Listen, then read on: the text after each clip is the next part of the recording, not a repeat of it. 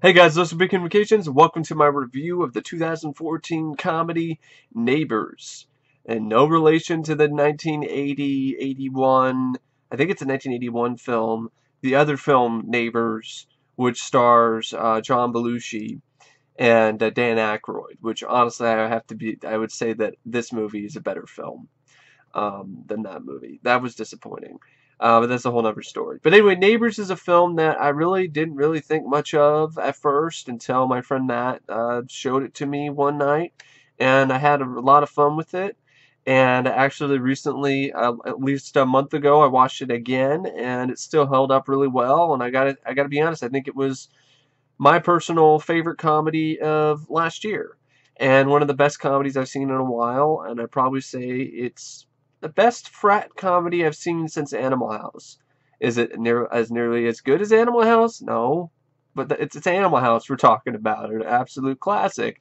But this had its moments though, and it was enjoyable. It was funny. It had a good cast.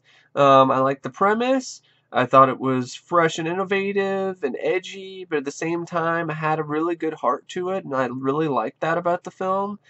And I like the aspect of having these two parents, played by Rose Byrne and Seth Rogen, as being completely, basically, they're a little bit more of a renegades. You know, they're not like everybody else when it comes to parenting, but it's a lot of people might consider it controversial because they're foul-mouthed and they do drugs and whatever, but they really honestly are good parents. It's just that they don't really the conventional methods of parenting they don't really adhere to. So they're a little bit more out of the box. And it was nice to see that type of parenting actually shown on film and shown that it can also be effective. You can be a good parent by being, a little bit out there and edgy and, swearing and doing all this kind of stuff and being yourself. You don't have to become a robot. You don't have to change your personality and who you are just because you have a kid. You can still be who you are and still have a relationship with the one that you love and do the same things that you enjoy with your kid. But, there's some things you have to kind of not do, like don't give your kid drugs or beer. But, I'm just saying that just because don't judge a book by its cover. That's basically what I'm getting at is if the parents are kind of a little bit different, don't judge them. Don't say that they're terrible parents for their kids just because they may swear a bit or they may every now and then smoke a joint. It doesn't mean that they're bad parents. So you can be prudes or you can be a little bit free and a little bit out, a little bit different. Either or, it doesn't matter as long as your child is given the same amount of love from you pretty much when it comes to parenting. And it made some really for some really fun scenes in the film. Now the movie is directed by Nicholas Stoller, and I think he did a really good solid job directing this movie. And the cinematography for Brandon Trost I liked, especially in a lot of the frat scenes, especially when they dealt with the black lighting, with black lights. And it's a film that definitely is a bit sophomoric when it comes to its sense of humor. It's in a way intended more for younger audiences, like college-aged kids, young adults, than really for adults. But I am technically that age, so it works perfectly for me. But I can see why some people it's not their cup of tea. And that's the way it is with every comedy. Just because I find it funny and a lot of other people found it funny doesn't mean that you find it funny. Because it's always different. It doesn't mean that you find it funny. If I find it funny, it doesn't mean that you find it funny. But anyway, so Neighbors, though, it's definitely my sense of humor. I really did enjoy it. I had a lot of fun, especially with the back and forth between Seth Rogen and Zac Efron. When Seth Rogen is talking about who's the better Batman, and he's like, Michael Keaton, man, Michael Keaton all the way. I'm Batman. And then Zac Efron's like, no, Christian Bale, I'm Batman. He's like, I'm Batman. So you see, Michael Keaton, he was just better because it was like yes, it was like Seth Rogen read my mind. I'm the Michael Keaton guy. I'm the guy who's all like, I'm Batman.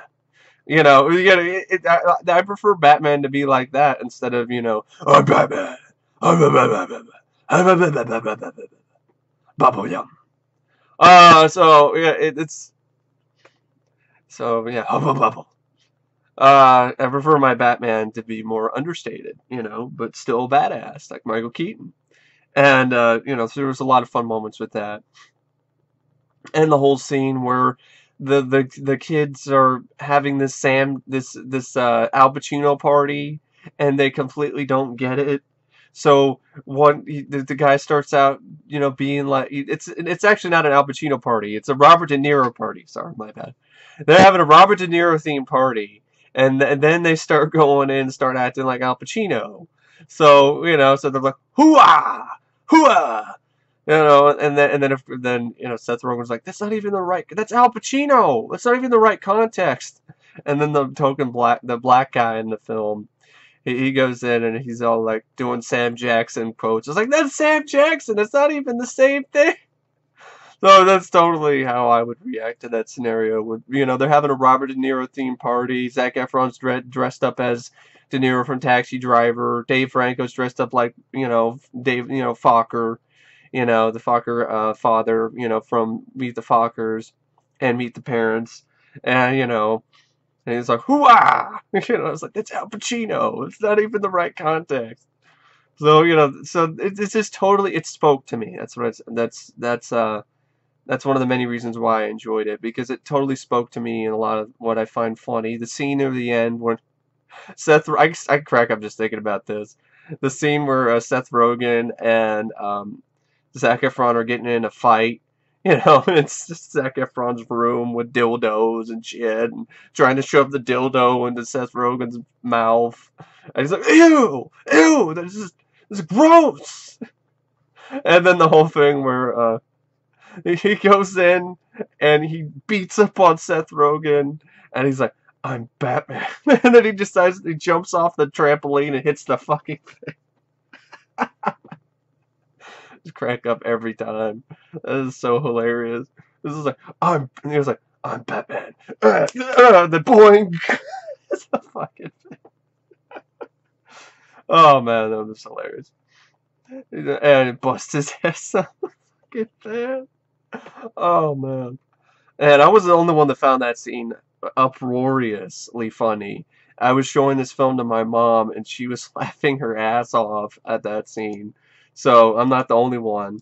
So yeah, that's wow. If just whenever I want to laugh, I could just think of that scene, just like I'm Batman. Boom! It's a fucking thing. Oh shit.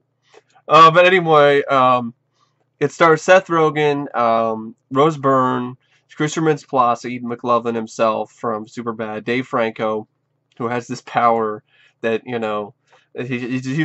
could basically get an erection, by just thinking about it. Like he can control his erections, and he uses it in one scene to basically get out of a fight with Zac Efron. It's like, I don't want to use it, man. I don't want to use it like that. With great power comes great responsibility. It's a curse, man. I tell you, it's a curse.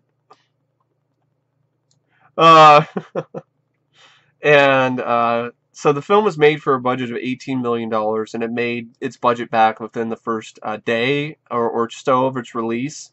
And all of the major actors took pay cuts to help the film, which is something you rarely ever hear of nowadays in Hollywood.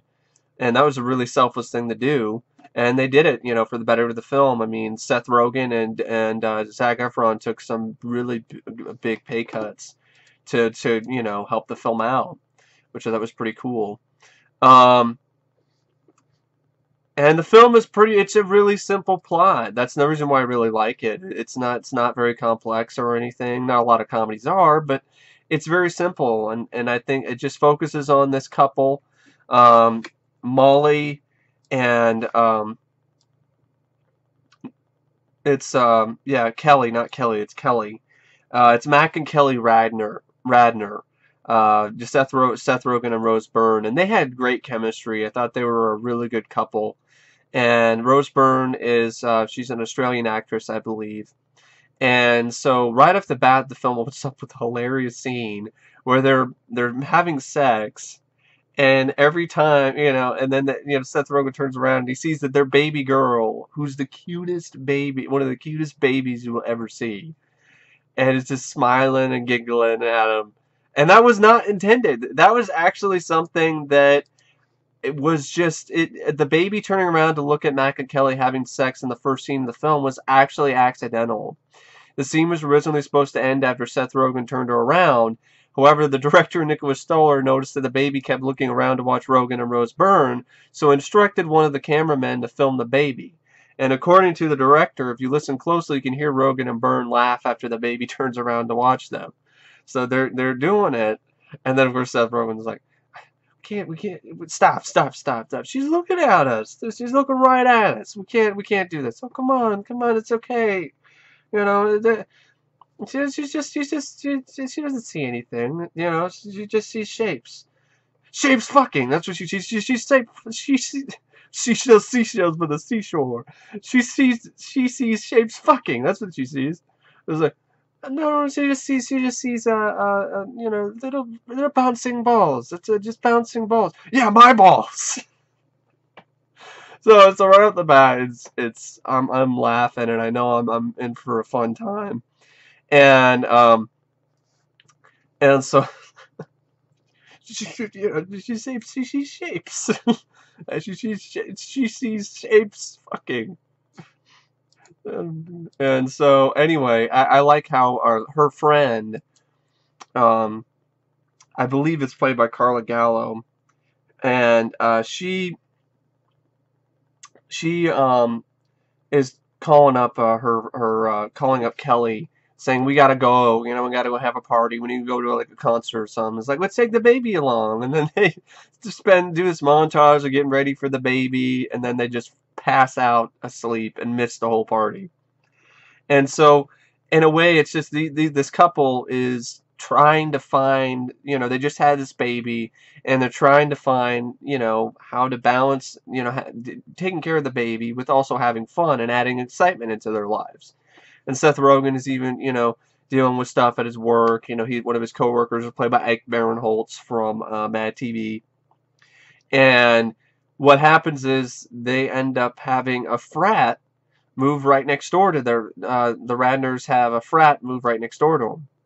And so they decide to, instead of making a big deal about it, they decide, well, let's try to make friends with them, give them a joint, and then while we're doing that, just tell them to keep it down, keep it down, and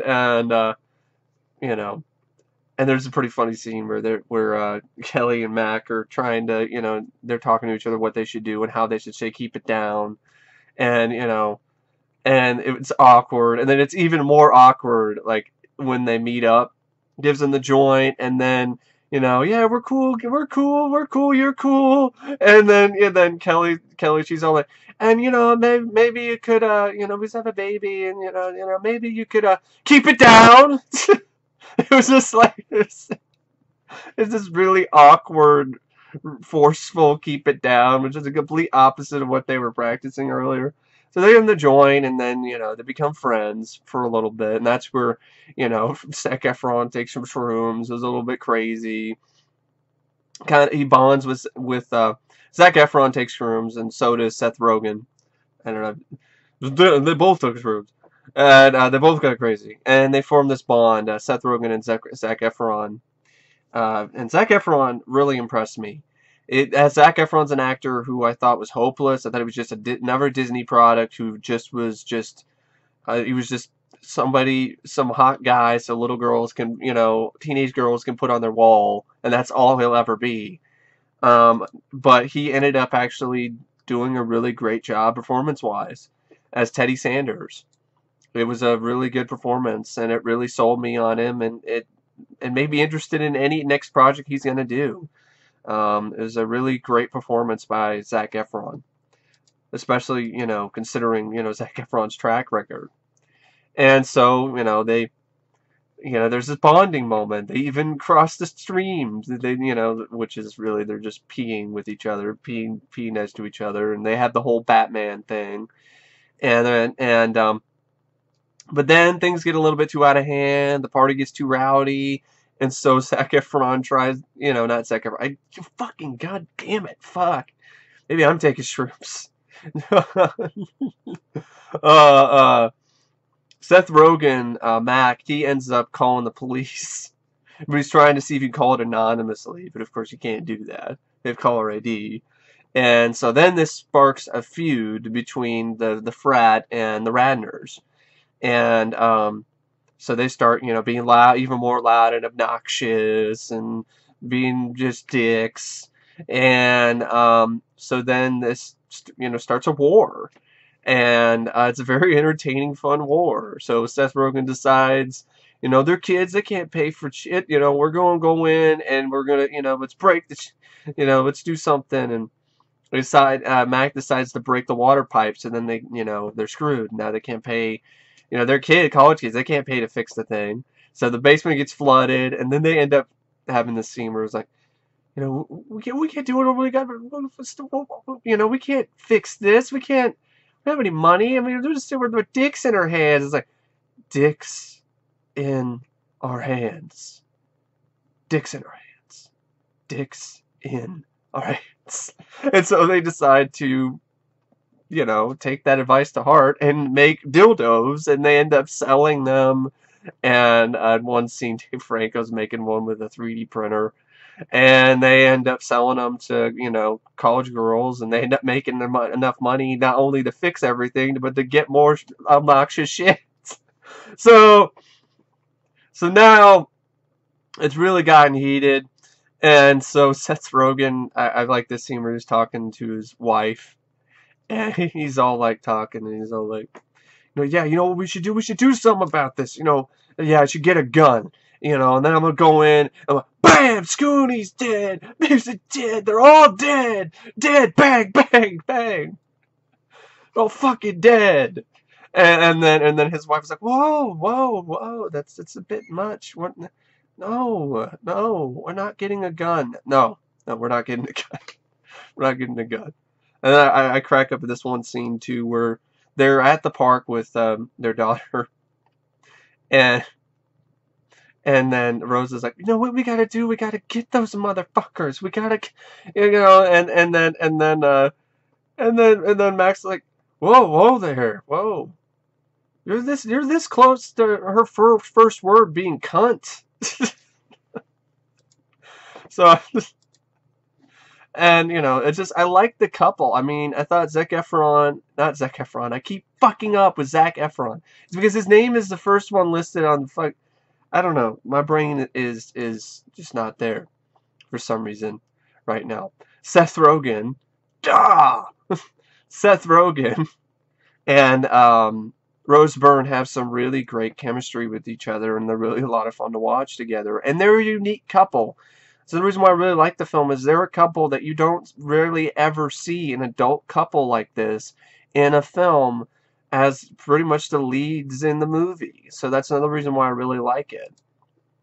And they have this other scene where it's Rose Byrne, she's pregnant, she's after, she had her baby, so she's, she's got milk in her breasts and stuff like that to feed the baby, but it's pretty painful without, so she's trying to milk herself, and asks Seth Rogen to, get rid of the milking machine. He trips, stumbles, breaks the machine, and he has to do it by hand, and it's just about as awkward and hilarious as it sounds. It's like, milk me. It's like, I'm not gonna milk. Once you get on all fours, and well, I'm not a cow. It's like, and so so there's stuff like that, and so eventually what happens is the party, they decide to put bros versus hoes before bros.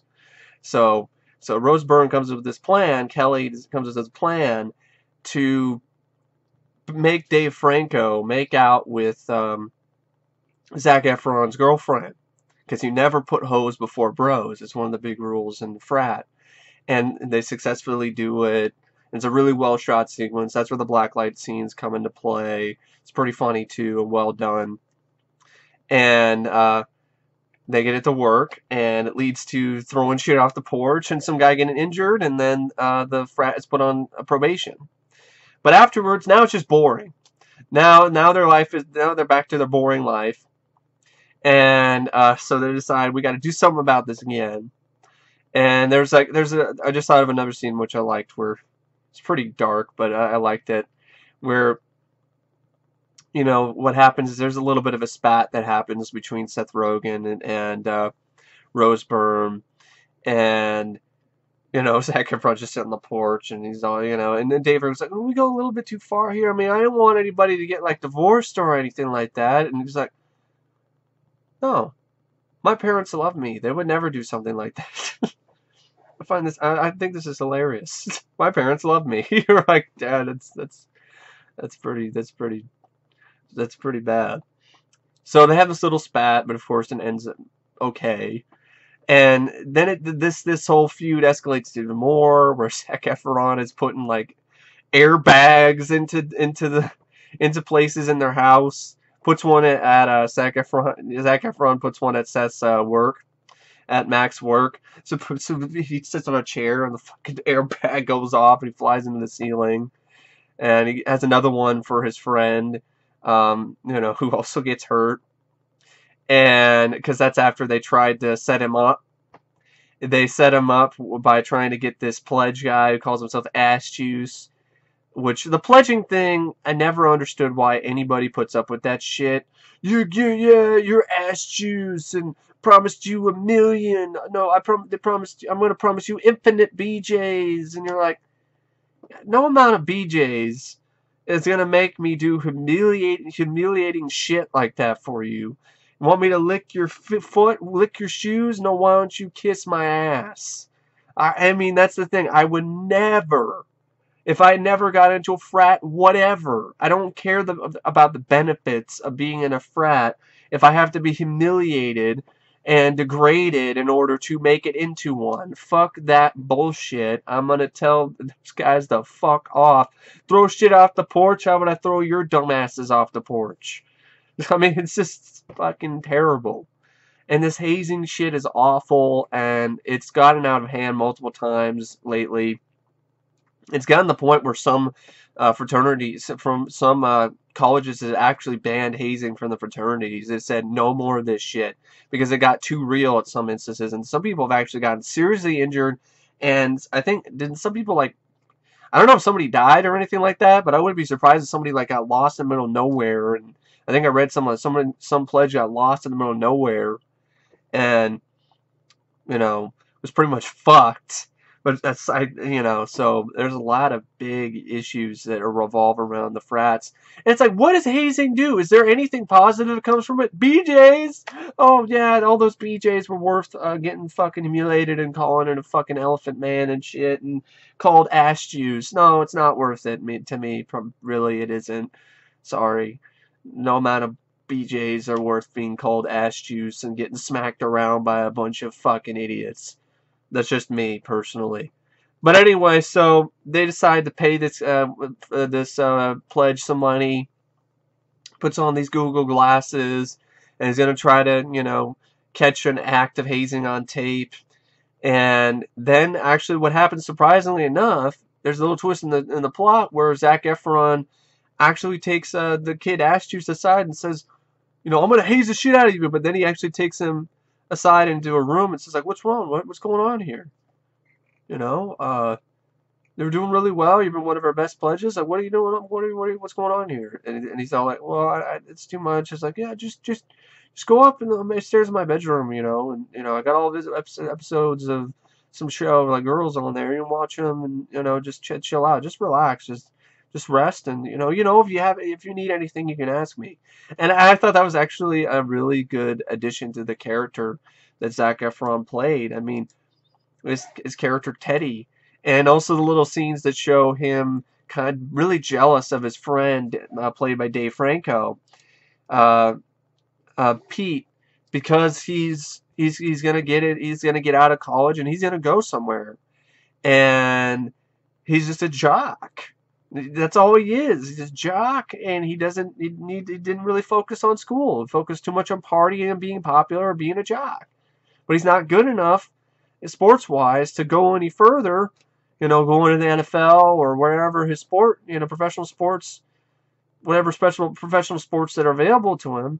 So he's really kind of shit out of options. So he's really kind of jealous of his friend, and he realizes that this free ride, this fun is about to end, and he's got to grow up and be a man and actually do something other than party and be the leader of a frat. I mean, he doesn't know what he's going to do about that. But it shows that this guy is human, and I like that. I really like that aspect of the film. It's another reason that makes it one of my favorite films of last year.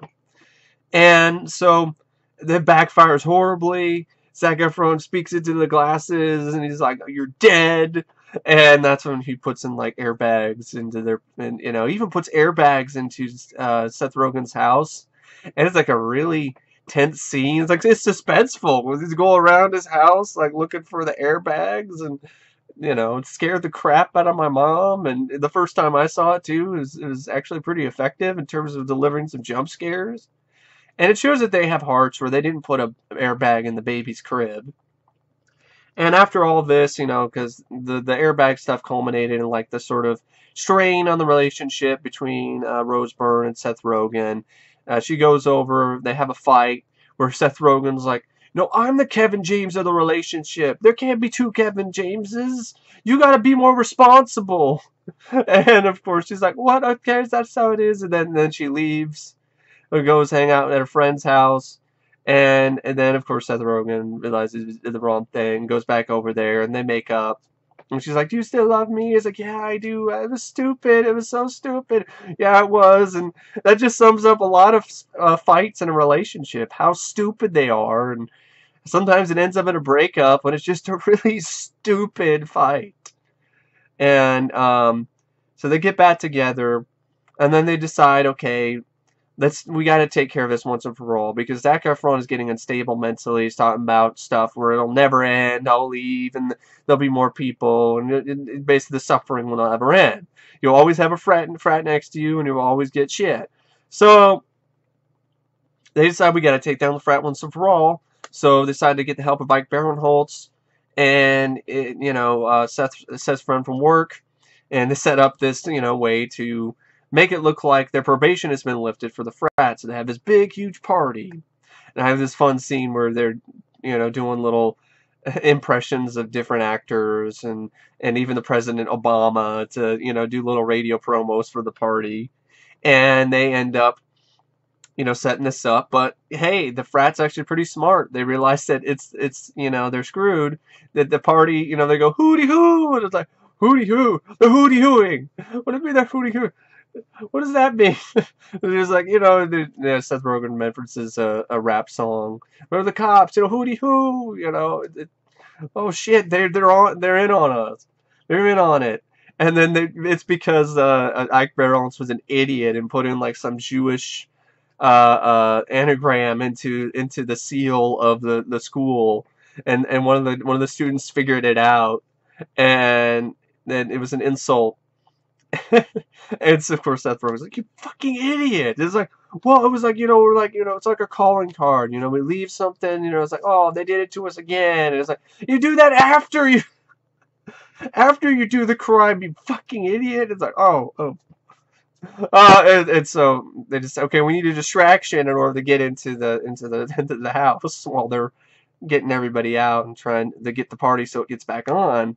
So Ike Barinholtz falls off the fucking top of the balcony, breaks his leg, and Seth goes in, tries to get into Teddy's, room, and so they can get to the controls and turn the lights on, and the party's back on and everything. And that's what leads to a really fun fight between Zac Efron and Seth Rogen, dildos and all, and just hilariousness.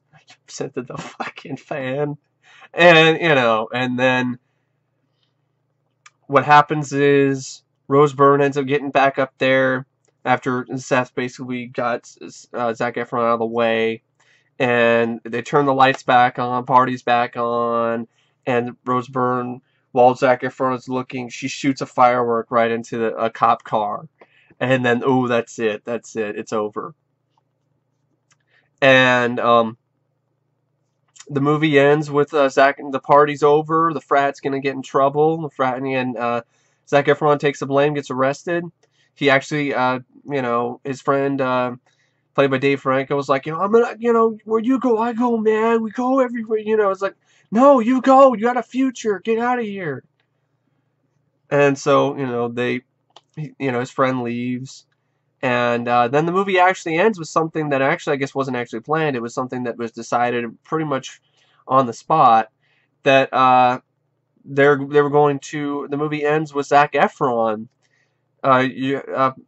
as an Abercrombie and Fitch model, outside an Abercrombie and Fitch, and he meets up again with Seth Rogen's character Mac, and you get a little bit of look at what he's done after school, and he's in night school, and you find out he's not really a bad guy. He's put the beef behind him, and Seth Rogen are acquaintances again, little friends again, and it just shows that he's a human. He's a kid. He fucked up, and then he realized, man, shit got real. I got arrested, and now he's like, I need to refocus my life, and and he even admits in this scene that I should have really paid attention more in school. I really should have done better in school, But I like where I'm at, I'm getting there. I'm doing a night school, night classes, working on a degree, and so and things are good.